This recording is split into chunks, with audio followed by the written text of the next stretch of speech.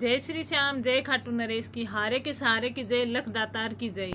9 अगस्त को कामिका एकादशी या कमदा एकादशी यानी काम होने वाली एकादशी।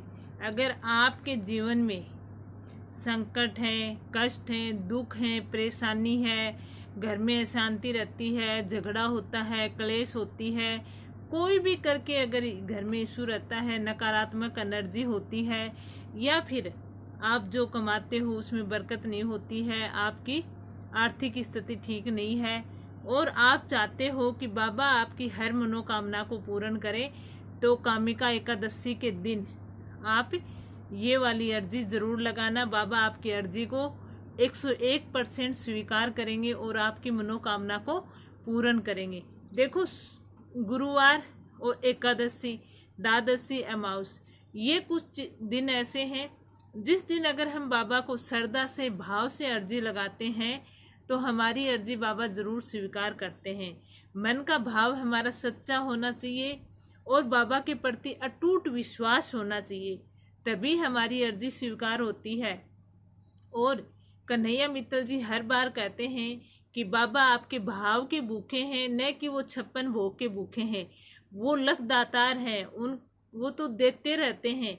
तो फिर हमारे इन फालतू की चीज़ों से बाबा को अर्जी लगाने की ज़रूरत नहीं है। सिर्फ भाव से आप अर्जी लगा देना, बाबा को याद दिलाते रहना कि बाबा मैं भी आपका एक प्रेमी हूँ, मैं भी एक भगत हूँ, संकट में हूँ, दुख में हूँ, सारे रास्ते बंद हैं, आप मुझे इन संकटों से बाहर निकालें। तो आपको ये अर्जी एकादशी की रात गोधूली बेला में लगानी है, जब सूर्यास्त हो जाता है और शाम का वो पहर होता है, उस टाइम आपको ये अर्जी लगानी है। एक तो आप अगर उपवास करते हो तो ठीक है, नहीं कर रहे हो तो भी कोई बात नहीं, लेकिन आपको तामसिक चीज़ों से दूर रहना है एकादशी के दिन। एकादशी का उपवास सबसे बड़ा उपवास माना गया है सनातन धर्म में, लेकिन आप कोई कारणवश नहीं कर पाते हो तो आप जो नियम है उनको आपको ज़रूर फॉलो करना पड़ेगा, क्योंकि हमारे सनातन धर्म में कुछ चीज़ों का मना है कि हाँ ये चीज़ें हमें नहीं करनी चाहिए।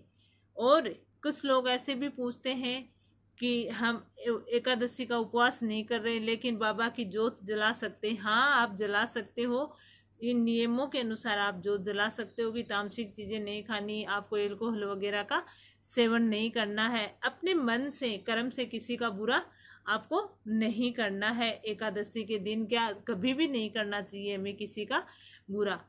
अब आपको कौन सी अर्जी लगानी है वो ध्यान से सुन लो। आपको एक नारियल लेना, उसको बजा के देख लेना, पानी की आवाज़ आनी चाहिए। एक आपको सफ़ेद कागज़ लेना है, उस पर कोई लाइन वगैरह नहीं खींची होनी चाहिए, क्योंकि नारियल जो पानी वाला होता है वो माता लक्ष्मी को बहुत प्रसन्न होता है, माता लक्ष्मी का प्रिय होता है। और सफ़ेद जो कागज़ होता है वो समृद्धि का प्रतीक होता है। अब आपको क्या करना है, एक लाल पेन लेना, शक्ति का प्रतीक होता है, और एक मूली लेनी, हमारे सनातन धर्म में उसको रक्षा सूत्र बोलते हैं। आप ये चीज़ें ले लेना और बाबा के सामने शुद्ध गाय के घी का दीपक जलाना, और उस दीपक के लो को ऐसे देखना कि जिसमें बाबा आपको दिखाई दे रहे हैं। सामने बैठ जाना है और उसमें अपनी मनोकामना लिखनी शुरू करनी है। आपके जो भी संकट हैं, जो भी दर्द है, ऊपर ओम श्री श्याम देवाय नमः या जय श्री श्याम लिखकर अपनी मनोकामना को लिखना है कि बाबा मेरी ये मनोकामना है, अधूरी है, जो भी है आपकी वो उसमें लिख देना।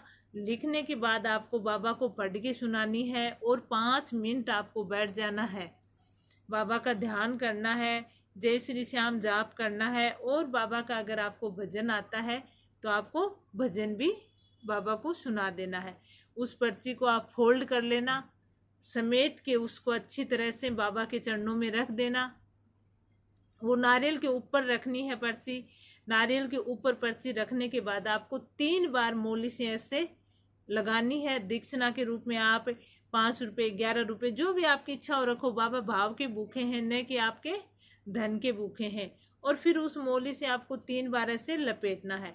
जब वो मोली आप उस नारियल के ऊपर घुमाओ, पर्ची उसके ऊपर रखनी है, पेन भी रखना है, और वो जो आपने दक्षिणा ली है वो भी उसके ऊपर रखनी है, और उसको ऐसे ऐसे 3 बार ऐसे घुमाओ तो बाबा का ध्यान करो, ऐसे देखो कि बाबा आपके सामने हैं और आपको सुन रहे हैं, और बाबा को कहो कि हे बाबा, आपका ये प्रेमी, तेरा ये प्रेमी कितने संकट में है, आप सब जानते हो, आप अंतर्यामी हो, आपकी ही मोह जाल में मैं फंसा हुआ हूँ, आप प्लीज मेरा साथ दें, मुझे संकट से बाहर निकालें, मेरे इन बंद दरवाजों को आप खोलें। तो आपको बाबा से ये ही बात कहते रहना है और उसको 3 बार बड़ी श्रद्धा से उसको लपेट देना। ध्यान रहे उसमें गांठ आपको नहीं लगानी है। फिर उसको बाबा के चरणों में आप रख दो। रखने के बाद रात रात वो वहीं पड़ी रहे। सुबह आप उसको उठा के साइड में रख दो। अगर आपके घर के मंदिर में जगह है तो आप वहीं रख दो। अगर मंदिर छोटा है, जगह नहीं है, तो आप उसको कोई भी थैली में या लाल कपड़े में रख कर आप साइड में रखो। साफ सुथरी जगह पे रखो। ऐसा नहीं कि आप रोज रोज उसके हाथ लगाओ, टच करो, नहीं। और आपकी जब मनोकामना पूर्ण हो जाए, आप वो बाबा के धाम जाना। कोई भी आपके आसपास जो भी बाबा का मंदिर है, जो भी है, आप वहाँ जाना और वहाँ पे जाके उसको बाबा के चरणों में अर्पित करना और बाबा को धन्यवाद देना कि हे बाबा, आपने मेरी अर्जी स्वीकार कर ली है, आपका लाख लाख धन्यवाद। आप तो लख दातार हैं और आप हर भक्तों पे ऐसे ही अपनी कृपा बनाए रखना। आपका आशीर्वाद ऐसे ही बनाए रखना बाबा। मुझे इन संकटों से, इन दुखों से, इन कष्टों से बाहर निकालने के लिए बाबा आपका धन्यवाद। तो बाबा का धन्यवाद करना है और बाबा को भाव से उस चीज़ के लिए आपको रोज याद करना है कि मेरे लखदातार मेरे साथ हैं। कभी भी आपको ऐसा लगे कि आज संकट में हूँ, आज दुख में हूँ, आज कष्टों में हूँ, हाथ जोड़ के बैठ जाना। ये अर्जी मैं बता रही हूँ, आप हाथ जोड़ के बैठ जाना जहाँ पर भी हो और बाबा को मन से याद करना और बोलना कि हे बाबा, तेरा ये प्रेमी बहुत संकट में है, कष्ट में है, दुख में है, आप मेरा साथ दो, आप मेरे साथ रहो, अपनी शक्तियों का सुरक्षा कवच रखो। तो देखना आप जहाँ पर भी होंगे, बाबा आपकी वहीं पे रक्षा करने के लिए जरूर आ जाएंगे।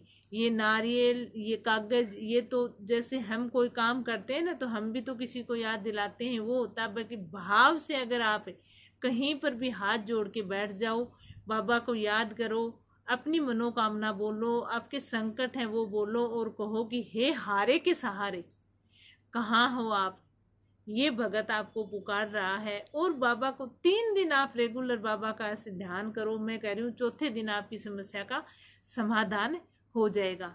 तो एकादशी के दिन आप ये वाली अर्जी जरूर लगाना, अपनी मनोकामना को पूर्ण कर लेना और बाबा की कृपा प्राप्त करना। और कमेंट में जय श्री श्याम लिखकर एक जयकारा बाबा का जरूर लगा देना। वीडियो अच्छा लगा हो थोड़ा बहुत तो लाइक कर देना और चैनल को सब्सक्राइब कर लेना। जय श्री श्याम, जय खाटू नरेश की, हारे के सहारे की जय, लख दातार की जय।